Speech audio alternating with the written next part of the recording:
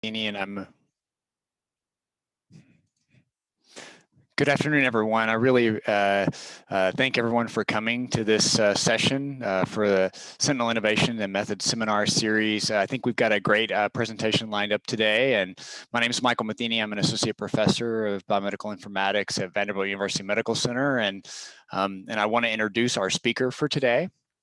Dr. Alex Cheng is a biomedical engineer trained at Duke, worked actually in the VA for a few years with medical device and biomedical engineering service, then returned to Vanderbilt, got his PhD, really leveraging a number of technologies, evaluating the patient healthcare experience in using EHR. Stayed on at Vanderbilt with us and worked with Paul Harris and others in the Office of Research Informatics and Informatics Department. And today he'll be talking to us a little bit about his experience and an overview of FHIR, along with some of the work that he and others have been doing at the ORI, and then also sort of giving some applications that are relevant to the Sentinel initiative. So entitled Introduction to FHIR and Applications for the Capture and Interoperability in Sentinel. So Dr. Cheng, please take it away. Great, thank you, Dr. Matheny.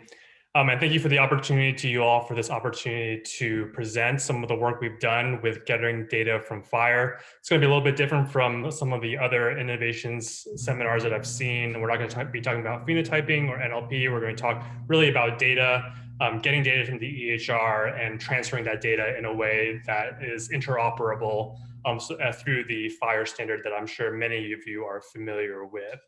And so to give you guys an idea of what we're going to talk about today, first we're going to do a quick introduction to what FHIR is. I'm sure many of you are already pretty familiar with the standard, but just to give you a little history of how it's been used and where it ways specifically that if you're thinking about developing an application with FHIR, where is a good place to get started. Then we'll talk a little bit about how we at Vanderbilt have built some applications that have worked with FHIR APIs in the EHR, specifically technology to bring data from the EHR using FHIR into REDCap, getting data from the EHR via FHIR into Research Match, and exporting data in a FHIR compliant format from REDCap to an external FHIR server. And finally, and this is where I think we could really get some interesting discussion and some innovation, is talking about, based on some of the experiences that we've had here at Vanderbilt, how some of these can be applied to work that Sentinel can do to improve the interoperability of data that you all are collecting, and how REDCap and other technologies could be a part of that as you think about establishing a pipeline for that data. So first, a quick introduction into the history of FHIR. FHIR was first conceived in 2011 by Graham Grieve of HL7, and it was really in response to the fact that a lot of the previous HL7 standards weren't really up to snuff in terms of being able to accommodate the changing landscape of data interoperability and protocols. Specifically, HL7 FHIR is designed to work with modern protocols and to be able to allow for transfer protocols that take advantage of the web, which is the predominant way that data is transferred these days. Starting in 2013, the organization Smart adopted the FHIR standard. Smart existed before FHIR. It's a group coming up with standards for application programming interfaces, APIs, that can work with EHRs. And so they adopted the FHIR standard as their means of transmitting information, which helped to increase the adoption of FHIR as well. In 2016, we see a major bill passed through Congress that also spurred on a lot of innovation in the FHIR space, basically recommending that EHRs make data available to outside payers, outside organizations, and patients themselves through APIs. And through subsequently through the 2020 CMS rule and the 2021 ONC rule that just came out, we see that not only do they specify that this data must be available, that EHR vendors must make this data available through APIs, but that also that they must conform to the FHIR standard. So all of this is kind of why you hear so much about FHIR these days and why you've seen such an increase in the amount of activity from EHR vendors and also from external app developers in being able to take advantage of the ability to be able to pull data more easily from the EHR. So if you're familiar with FHIR, FHIR is a standards framework. It takes advantages of many of the existing code sets that exist in the medical vocabularies. And it's organized into something called resources. You can see the resources here. If you go to the HL7 FHIR website, you can and click on resources. You'll see all of the resources listed. And you'll also see that there's a little number that next to each of the resources, and this number corresponds to the maturity level of that resource, with 0 being an exploratory resource and N equivalent to 6 being a normative, very consistently used in practice. So you can see there's the resources are in different levels of maturity. However, I would say if you see anything with 3 and above, chances are most EHRs have already implemented it as part of their APIs. So you can pretty much assume that those data are available through the API. If you were to click on to one of the specific resources, so this is an example that might be relevant for pharmacovigilance and pharmacoepi, which is the medication request resource. You'll see that on the left, there's a structure for all the data that would be involved in a FHIR payload that came through that FHIR resource of medication request. And on the right, you see an example of what that payload may look like in an XML format. So overall, in my experience, going to the actual FHIR website on the HL7 website can be overwhelming because there's a lot of information on there. And so one of the things that I found very helpful when thinking through data that might be available for research through the API is going to your EHR's actual FHIR website.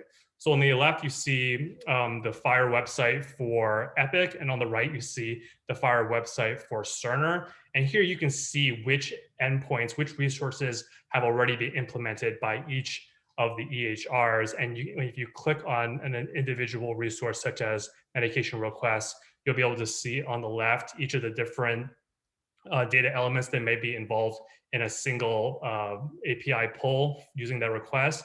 And on the right, you see an example of the payload that's coming across. So I found this to be a lot more easy to digest than actually going to the FHIR website in general, unless you really wanted a more comprehensive view of what the specification is saying about the different resources that are available.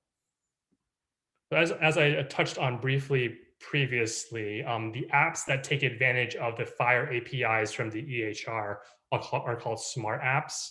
And so if you go to the smart app gallery, you can see a whole slew of different applications that people have developed that take advantage of being able to pull data from the EHR using the API.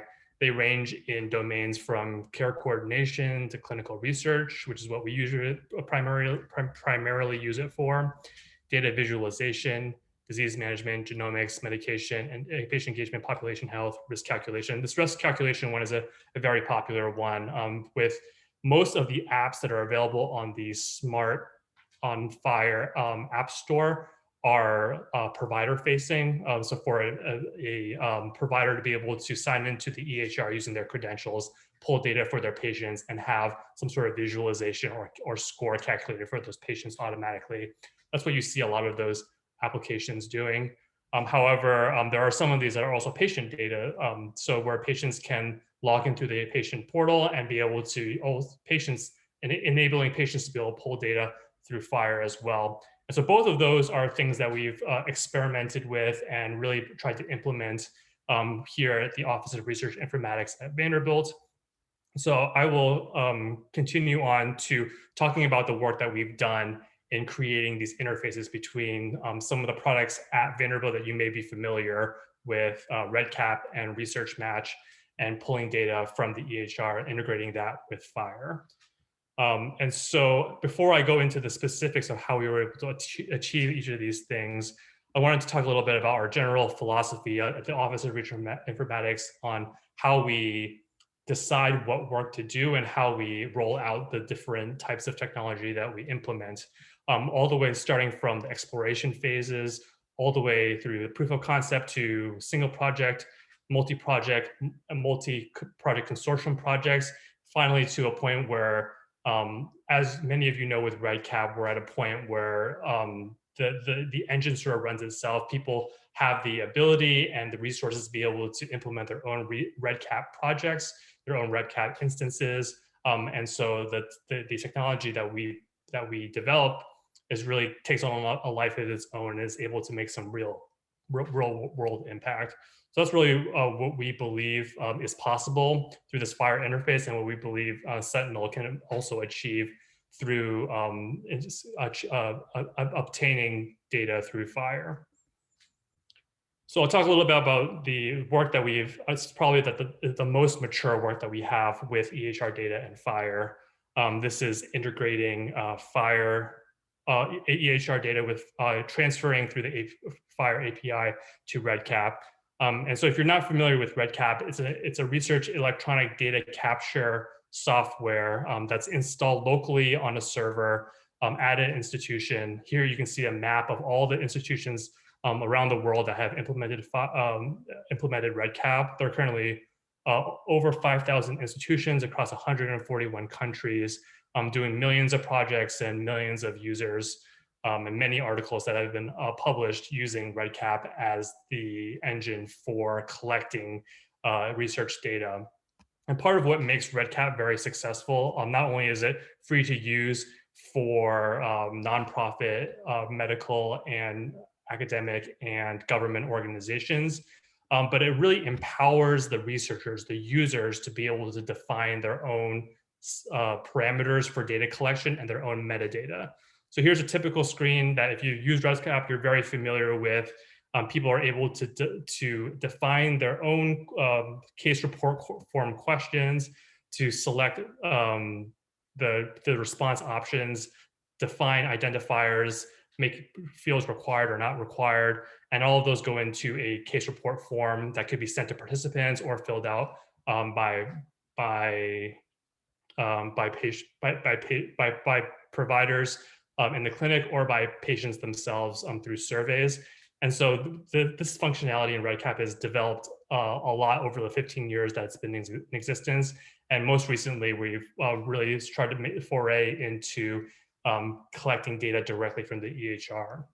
So with EHR transferring data to REDCap, what you're able to do is once you initiate a project that has this interface, you will log into the EHR from REDCap, and that will establish an OAuth 2 authentication between REDCap and the EHR, and so that connectivity will persist over the course of your session where you're pulling data. Next, you're able to select the data that you want to pull into your REDCap project. So here you can see a list of the resources that we currently have implemented. We just switched over to the R4 version of FHIR, and so most of all the resources here you see are for part of that R4 the version of FHIR, and we're constantly improving and adding additional resources to the list of data that are available for researchers to pull. But currently we have adverse events, allergies, conditions, core characteristic observations, laboratory and medication observations, encounters, immunizations, and vital signs. And so once you and you can use a keyword search. If you're not sure what the actual code of the data you want to find is, you can do a keyword search. So you want to find glucose measurements, you can type glucose into this box, and it will find the data elements that you need for that particular data point that you're interested in. So this FHIR interface, which we're calling Clinical Data Interoperability Services, comes in two different flavors. One of them is called Clinical Data Pull, and this is really meant for populating in real-time prospective data for case report forms. So here you can see all the data from the EHR that you have selected from that previous screen will show up on the left here, and then you will map that to a REDCap field that you define in your project. And so there's some interesting things that we did here. For example, there are some situations where you may want to map multiple laboratory values to a single REDCap field, or a single REDCap field to multiple EHR fields. And then especially for labs and vitals, there are situations where you only want to pull one measurement, but you want REDCap to select that one for you. And so you can define a date time field in your REDCap project and select the nearest value, or the greatest value, or the least value over a certain given period of time. So that's useful if you want to say, I want to find the patient's highest temperature or lowest blood pressure over a given period of time. You can predefine that, and REDCap will find that value for you and put it into your case report form. So the way that you would go about this is that you would add the patient's MRN to the REDCap field that you wanted to be able to pull data from, and then it'll ask you, it'll say there's a certain amount of data that's available for you to pull. And when you click view, it'll pull up all of that data for you to adjudicate. And so if you want to import all that data, you just simply click import, and all of that data, this is a demography form, but all that data will be automatically pulled from the EHR using that FHIR interface. The other flavor of clinical data interoperability services is called Clinical Data Mart. And this is where I think Sentinel will probably have more applicability. Instead of having to define individual fields that you want to map data from your EHR into REDCap 4, you would just give the Data Mart a list of medical record numbers, select the data you want imported, and it will import all of the data of that type into a REDCap database with repeating instances for every occurrence of that measurement. So you can see here we have vital signs, labs, medications. Every time a measurement occurs in the EHR, it'll come up as a repeating instrument. And so if you're doing any sort of data where you're trying to detect for a certain outcome, this is you would run a script over the data that you collect using FHIR in a clinical data mart. So we've seen a lot of uptake here at Vanderbilt. With clinical data pull, we have over 300,000 data points that have been adjudicated, 24,000 patients, and over 90 projects. I think this number's a little bit old. I think we're up to over 90 projects that are using CDP. And then with CDM, we have collected over 35 million data points, just about 50,000 for about just about 50,000 patients. Again, these are only at Vanderbilt, and have imported data for projects, 39 different projects. And so these, again, I said these numbers are a couple months old, but we're seeing more and more uptake as more and more researchers are finding out about it and discovering that it's useful for the projects that they're working on. We're also seeing significant dissemination at some other hospitals. So some of you may see your institutions on this list. We currently have 30 EPIC institutions that are using this integration with REDCap, and 9 Cerner institutions that are using this integration. I put a star here. Among the EPIC institutions, there's also an additional 39 institutions that have requested the app on the App Orchard. This is EPIC's app store where you can download the apps. However, they haven't actually pulled any data. So that shows that there's a little bit of an implementation hurdle for a lot of these institutions to get, basically there's some client secrets and URLs that are required for the health IT side to be able to provide to REDCap to establish that connection. And so there are some institutions that have expressed interest in implementing the FHIR integration, but they haven't actually gone through with pulling any data yet. So a couple of the lessons learned that we've been able to observe through this implementation and development process. First are a couple of the technical ones. After our first clinical data Mart project, we discovered that we actually had to implement a break the glass module to complement the data pull, since there was a situation where patients were trying to pull data, but there were some certain restricted methods, and there was not an easy way for them to be able to to provide a justification for why they were pulling data for those patients in a bulk manner. So we actually integrated that into the module to make that very easy for users to do. We've also implemented instant adjudication. So instead of having to click through that page where you say that this is all the data that you saw from the EHR is valid and you want to add it to the REDCap project, you can actually just say adjudicate for all of the records that have new data coming in. And so that streamlines the process for people who have very large CDP projects to be able to click one button and have all of that data adjudicate automatically. We also implemented a data mapper. So a lot of times,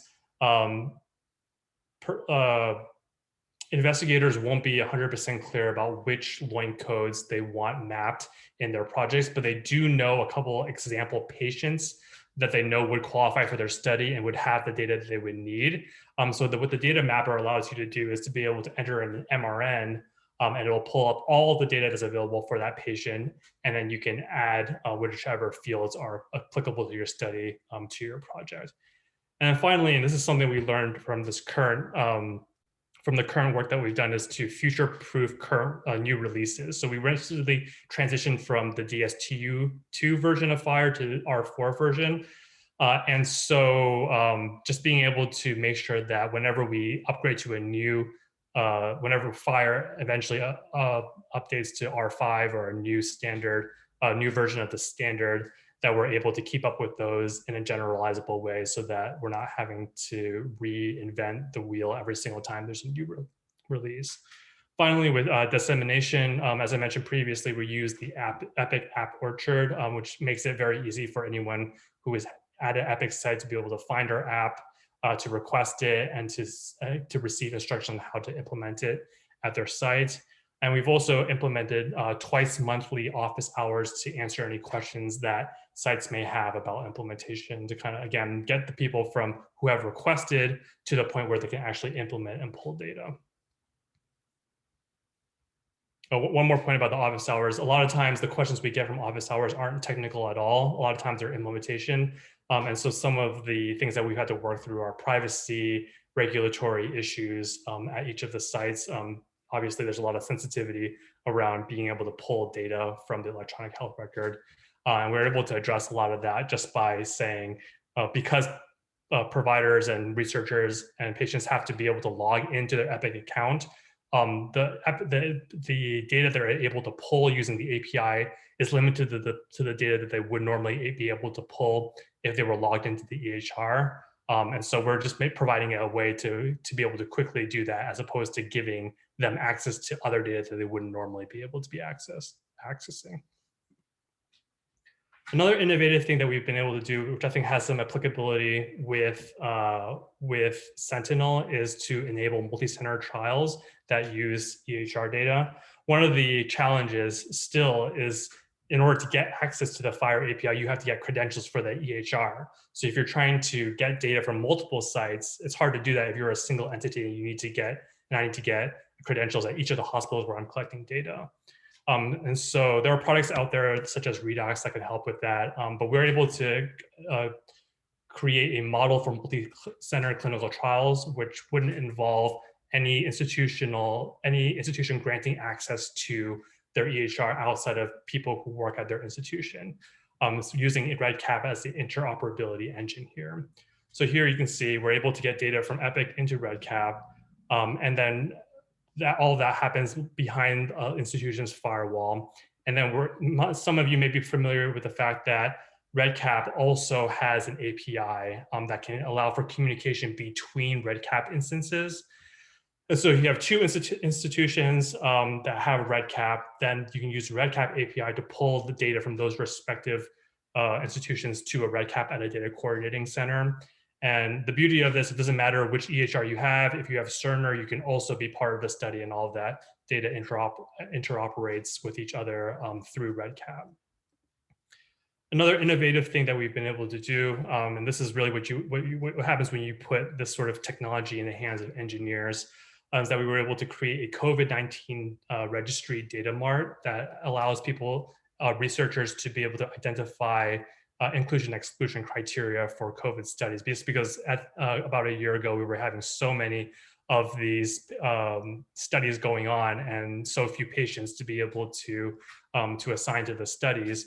What this does is once we have a consent to contact, those people are added to the data Mart project, and we were able to pull data through FHIR from the EHR to assess for inclusion-exclusion criteria, which then makes it available for researchers to be able to reach out to those patients and consent them for research.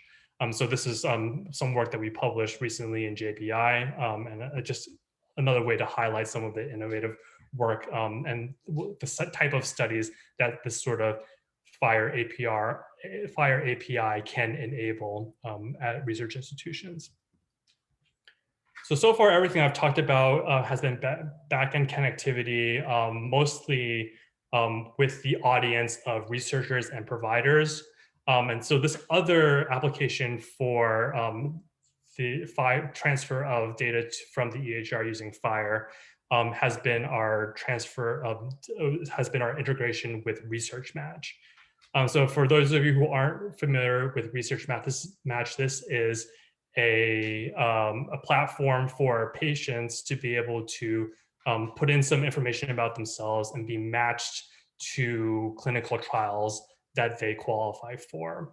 And so really the focus here kind of turns from the researcher to the individual patient. And we really wanted to make this platform a way for patients to really empower patients to be able to collect their own data and to make it as easy as possible for them to be able to fill out the required data to be able to match them to research studies. So if you're familiar with Research Match, there's a volunteer agreement that you sign when you sign up for the service. And at Vanderbilt, where we are implementing the FHIR integration, it'll ask you, do you want to link your Research Match profile with your MyChart, we call it My Health at Vanderbilt account. And so if you do agree to that, it'll allow you to be able to sign in to your MyChart account from within Research Map to establish that OAuth 2 connectivity. And then it'll automatically pull your data. Here you see the demographic data that's being pulled in. It'll ask you to adjudicate your conditions, your medications. So it'll pull everything you see here with this little cloud, means it was pulled from the EHR. You can click the checkbox to accept importing that into your Research Match record. So again, all that happens automatically, and then it'll take you to the page where you can set your preferences on what type of study you would want to be a part of. So again, lessons learned here, we're still working through some of the connectivity and OAuth 2 issues with the EHR. It's a little bit more complicated when you have patients involved as compared to providers and researchers using their Epic credentials. Another piece of advice that we give people is that it's good to engage your privacy office and IRB early. A lot of times having them on board and advocating for this and seeing how it can benefit patients is really what can drive adoption. We are also in the process of obtaining patient input from a community engagement studio. And this is really just to see whether or not there is going to be any sort of engagement or uptake from the patients, and whether or not the information that we're able to pull from the EHR is making a difference, is actually helpful for the patients that are using it. So the third area of work, and this is sort of the most nascent work that we have going on, we're still sort of in the formative phases of creating the export of a FHIR payload from REDCap, and we're calling this the FHIR mapper. So the reason why we wanted to be able to do this is because currently there's a high barrier of entry for formatting data into the HL7 FHIR format and sending data, and at the same time, funders are starting to require it. It is mandated by the 21st Century Cares Act, and so the requirements are coming, but there's not a whole lot of tools that are available to help researchers be able to put the data into a format that would be compatible with a FHIR server. And the other thing it does is it raises awareness of FHIR as a standard. If people are able to play with it with their own data, it kind of solidifies it in their mind as what it does and what it's for. So this is currently how we're implementing it. It's currently an external module that you install as part of your REDCap instance. And what it does is it adds this additional section for when you're creating a new data field. And it will ask you for the resource that you want to link your data to, the element, and then all these additional FHIR related codes. And what it will do is we'll put all that information into the action tag field annotation area. And then what will happen is when you're ready to export that data, it will read that data from the annotation tag area and then put that all into a FHIR payload that can then be sent to a FHIR server and ingested for purposes of aggregating data. So a couple of the lessons learned from this experience, it's really difficult to make things work at scale. We found that just because we're excited about FHIR and its potential for interoperability, researchers actually don't care about the standard that much. They just want to make it work and to fulfill the requirements. So anything we can do to make it as easy as possible to do the right thing, that's what we want to be able to provide to our users. Certain combinations of data are difficult. One thing that we discovered was that there's no good way to assert an absence of a condition. So as opposed to a missing value. And so we're still trying to figure out the best way to be able to represent missing data or an absence of data in using FHIR as the standard.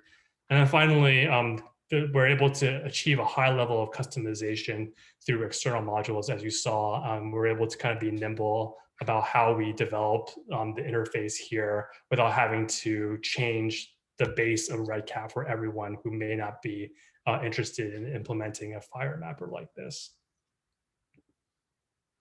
So I have a little bit of time left. So I think we can spend a significant amount of time on what I believe some of the applications for Sentinel can be. I think what we've been able to talk to you about up to this point regarding the background of FHIR, why it's necessary, what we've been able to do, both getting data from the EHR for researchers, getting data from the EHR for patients, and exporting data. All of those have applicability for the data flow and the data storage for Sentinel and the data partners that you have as part of your program. So one of the things I think that can help, where FHIR can help Sentinel, is to lower the barriers of entry. So I took this list from the Sentinel website. And so one of the things I know can be a challenge when doing pharmacovigilance or trying to validate NLP algorithms is that it's hard to get a sufficient sample size, right? And you guys clearly have a very good list of institutions here who have a lot of data. However, if you really want to get to a point where we're doing true pharmacovigilance, we need a diverse data set that includes people, not just patients, not just at big medical centers, but also at small community hospitals and physician practices. And so what we propose here through REDCap is if we're able to use REDCap as the engine, as you can see, there's many institutions in the U.S. who are using it. Some large hospitals, but also a lot of smaller medical institutions. And so this FHIR API interface kind of makes it possible for institutions that don't have a large research informatics infrastructure to be able to pull data from their EHR and to contribute it to initiatives such as Sentinel. This is another figure that I pulled from the Sentinel website. And so a couple of the places where I think a FHIR interface could benefit is, one of them is from the data partners to the SOC. So this would potentially could use a FHIR interface where if you're able to map data in REDCap or another interface to FHIR data and then transmit that FHIR data through to the operations center from the multiple data partners, or to make it available via an API from each of the data partners. That's one way that you can automate that transfer and do it in a way that is FHIR compliant and interoperable. Another place that you can very clearly use FHIR is getting data from the EHR into the servers that are at each of the data partners. So getting data from the EHR into the Sentinel common data model using REDCap or some other engine to be able to collect that data. Another area where FHIR could be used is to integrate patient-reported data and to link it to EHR data. So many of you may be familiar with the REDCap surveys, very commonly used for collecting data from patients. And so being able to collect that data in REDCap and then also link it to EHR data through FHIR, it's a possibility. And that data together can then be transmitted into to the servers for the databases for data partners, as well as potentially directly to the SOC. So those are all areas where I think the FHIR integration, again, I have REDCap here as an example, but it doesn't have to be REDCap. There are many ways to be able to achieve the kind of connectivity that you need through a custom built application that pulls data from the EHR. Another thing I think that I know a lot, that you all do a lot, is for NLP. And currently, one of the resources from FHIR is to be able to get the text from clinical notes. So this is another potential pipeline where you could use REDCap as the database and the engine that collects the data from the EHR. And then you can use the REDCap API to transmit the unstructured notes to the NLP engine, that could be either centralized or federated at the different sites, and then have the NLP output go back into REDCap, and then again use the REDCap API to send that data to the operations center or to data partners. So I won't pretend that I know the applications better than you all, but I hope that some of the things that we've talked about here has sparked a couple ideas on ways that FHIR could potentially be used to collect data from the EHR for Sentinel research. So in conclusion, there's lots of potential for FHIR to increase the breadth and the depth of EHR collection. Our development of REDCap and research match interfaces with the EHRs has identified many and overcome some of the barriers of FHIR API implementation. And the Sentinel common data model is very well suited for interoperability with FHIR. And since I have a couple of minutes, I'll go and take a quick look at the data model itself. So again, this is the data model that I pulled from the Sentinel website. And you can see a lot of the domains of the data lend themselves very well to EHR, FHIR resources, demographics, medication data, encounters. These are all FHIR resources that we've already have mapped in REDCap. Diagnosis data, procedures, lab results, vitals, some of these other ones, such as registry data, and the linkages may be a little bit more challenging. But as the FHIR standard matures, there'll be more and more opportunities to be able to pull those data from the EHR using FHIR. So I want to acknowledge some of my collaborators. I was very fortunate to be able to join this group that had already put a lot of thought into creating these interfaces. The inventor of REDCap, who is still very involved in the development of these modules, and my research mentor, Dr. Paul Harris, Stephanie Duda, also of the Office of Research Informatics. Rob Taylor and Francesco Dell'Acqua and Mark McEver are the developers who have been instrumental in actually creating the interfaces that we saw today, and Adam Lewis and Katie Benatzowitz, who are REDCap analysts. And they really are our eyes and ears for the users who are wanting to implement the REDCap modules and the FHIR interfaces for their project. And also want to acknowledge Teresa Bosler of UT Southwestern. UT Southwestern was actually the first institution to be able to implement CDIS and REDCap at their for their clinicians. And so that we collaborated very closely with them to work out a lot of the kinks that were in the early versions of CDIS. So here's my one FHIR pun of the presentation. Hope you guys will indulge me on that and be happy to take any questions now. Thank you very much for that presentation. It was, I really enjoyed it, and I think there's a lot there to unpack and discuss. So the audience has given us a few questions, and I would encourage those of you in the audience to please type in questions you have in the Q&A session. I'll go ahead and get started, and then of course I have a couple of my own I would love to ask. From Robert Rosowski, he asks, so from a historical perspective, how is FHIR in advance over the older generation HL7 messaging systems? What made FHIR so compelling? Yeah, that's a great question.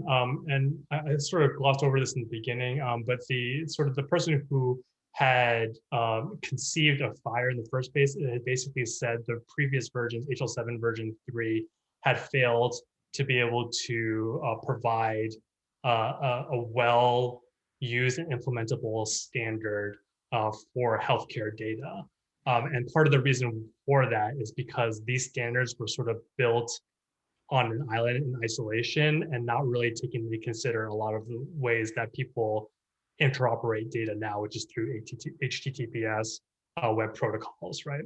And so that's really what spurred on FHIR. It's what made it amenable to API call, like as a standard for API integration for EHRs. And I think that's really why you've seen it be a lot more successful where previous versions of HL7 were not. Yeah, thank you.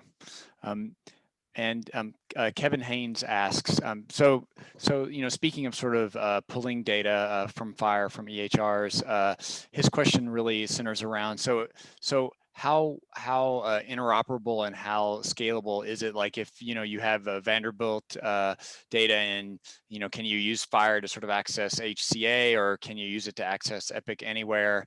And I'm going to inject a question of my own in there, like what are the privacy and sort of regulatory issues around doing research where you have someone that have access to Epic, potentially Epic Anywhere, and the restrictions around data pulling? That was my own interjection. And do you see a future state where where if you could use FHIR to sort of pull claims data and or electronic health record data and sort of aggregate them into the same location?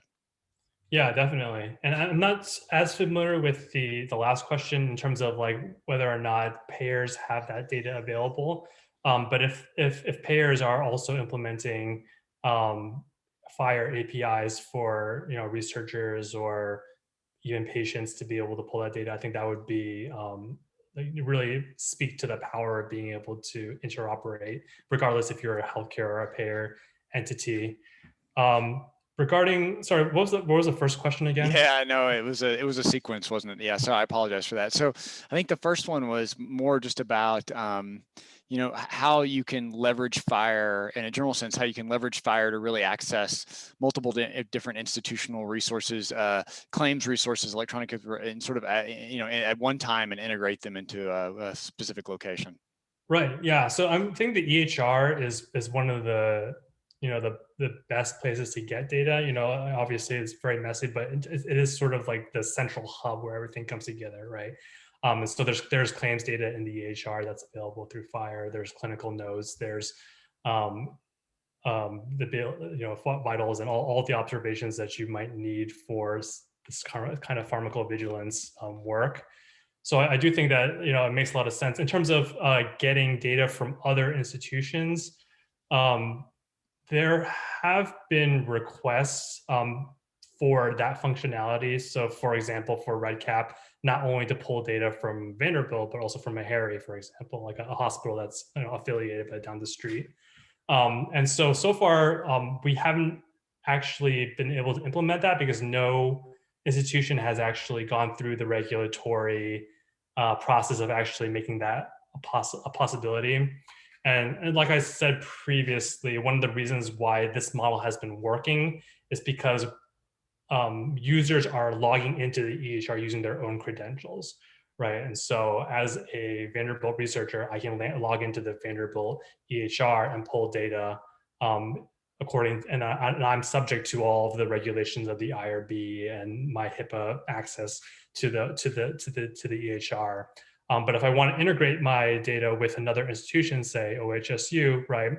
Instead of giving me credentials to the OHSU EHR, so an OHSU researcher can log into their EHR from REDCap, pull their data, and then we can integrate using REDCap according to whatever our DUA dictates. And I forgot to mention this earlier, but there's also the ability of REDCap to be able to do the de-identification, so do date shifting, removing identifiers, so that it's not me accessing their EHR directly. There's at least a platform in the middle where that de-identification can take place before that data is aggregated at a data coordinating center. Yeah, it strikes me that, some of the health information exchange, sort of the regulatory frameworks and the use agreements in those sorts of systems would lend themselves to sort of a FHIR infrastructure layer. I'm going to ask a quick question of my own, and then Judy Morrow has asked a question as well. So one of the things I've always wondered is, when you're using FHIR, it's really great to get, to get data out for individual patients. But I noticed one of the applications in REDCap sort of starts to get at all the data for a given patient or a set of patients. It seems to me that if you have a live production system API onto your EHR and you start asking for too much data, that that it might not be as efficient as sort of accessing a data warehouse that's sort of in the background and in the middle of the night sort of pulls data from sort of pipes that are sort of built to be efficiently transferring data. And I just wonder what your thoughts are on sort of, is there a scale of data pulling from the EHR at which it is not as efficient to use FHIR as it is to use other infrastructure? Yeah, that's a great question. So one of the benefits of FHIR is that the data is in real time, right? As opposed to like having to be delayed to go to like a data warehouse. Usually those are at least 24 to 48 hours in delay. And then that data is, then you can query that data from the database. So that's definitely appropriate for sort of very large data pulls that you only need for one time. However, we have implemented cron jobs using the API pull. So in the middle of the night when other people aren't using the API, we'll go and we'll hit the API a bunch of times to be able to pull data for a bunch of patients. We are sort of hitting the limit of what's possible with that as well. So that's you bring up a very good point. We're still working through that. There is a standard in FHIR called bulk FHIR, also known as flat FHIR, which allows basically a FHIR formatting for like a table, basically a large amount of data.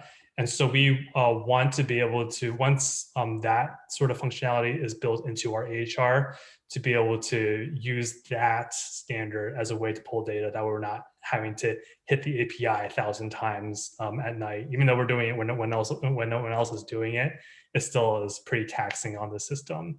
So we are working on ways to optimize it.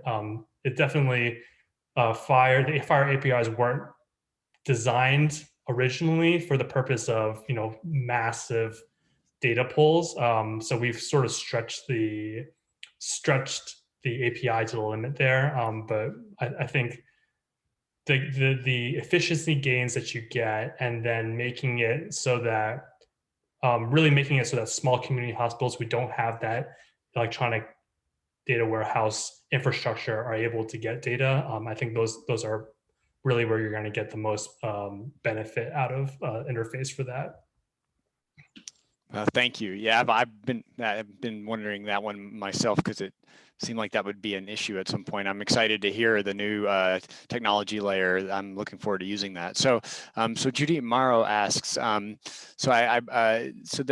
of the sort of pressing needs in the Sentinel network is linking claims data to EHR data, and potentially to other publicly available data sources as well. And so the network needs to be able to do this in a privacy preserving manner.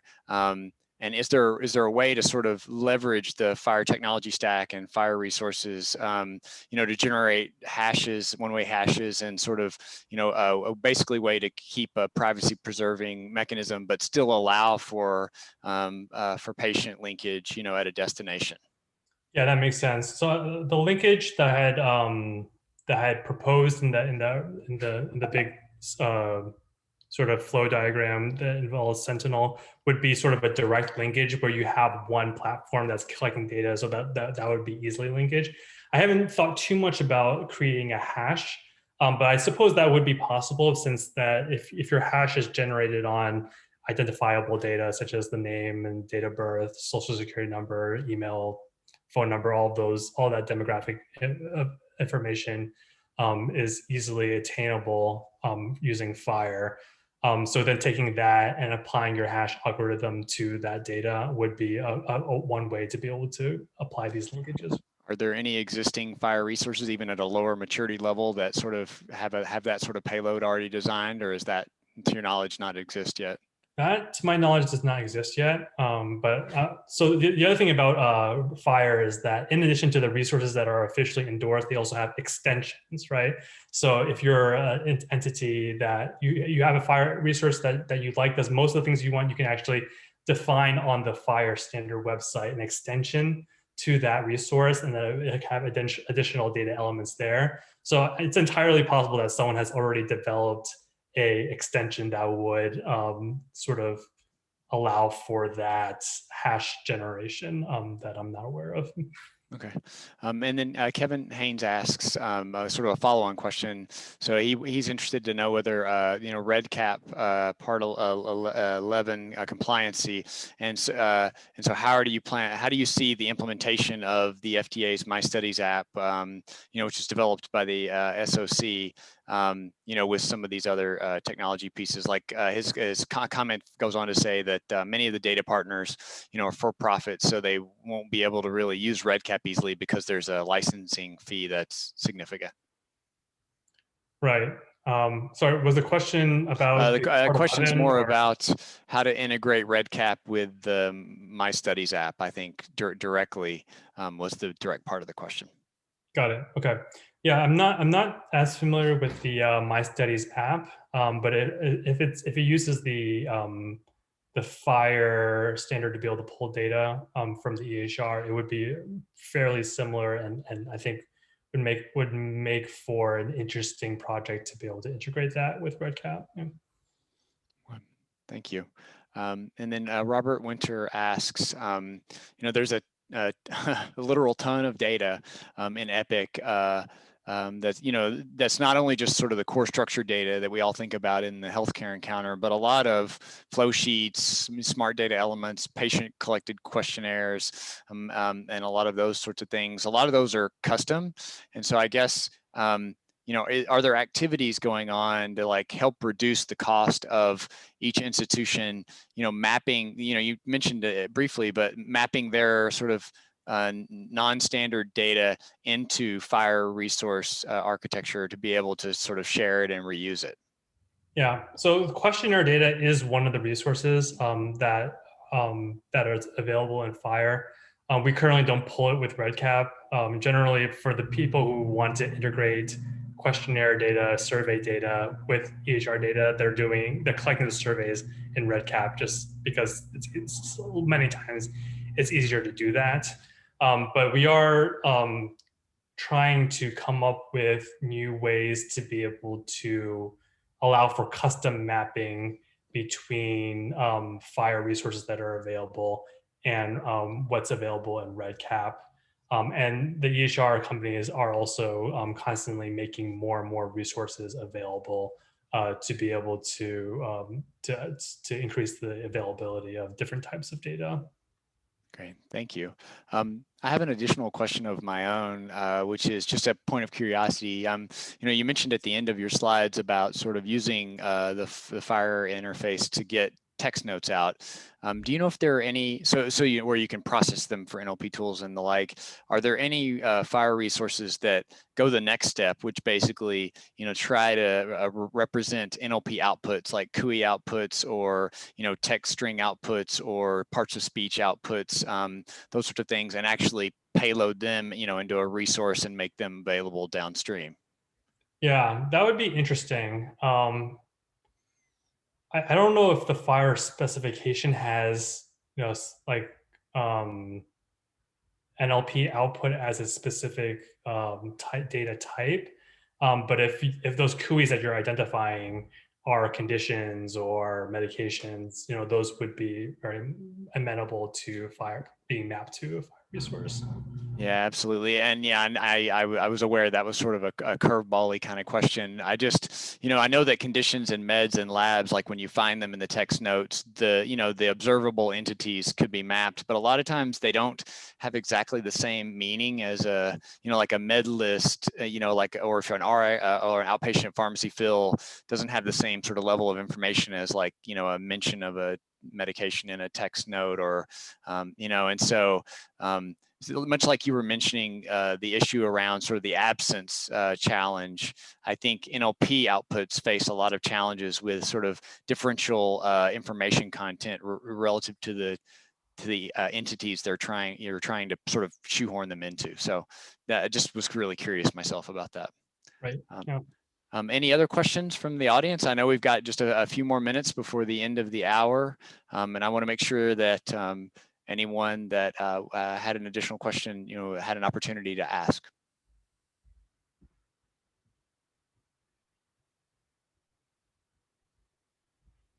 All right. Well, Alex, it's great. Thank you so much for coming and presenting to us. The Sentinel, initiative, the IC and the OC and the whole group really, have been sort of very interested in ways to sort of better leverage FHIR as part of the different infrastructure pieces. And your talk today was a very welcome refresher and extension for our knowledge. So we really appreciate it.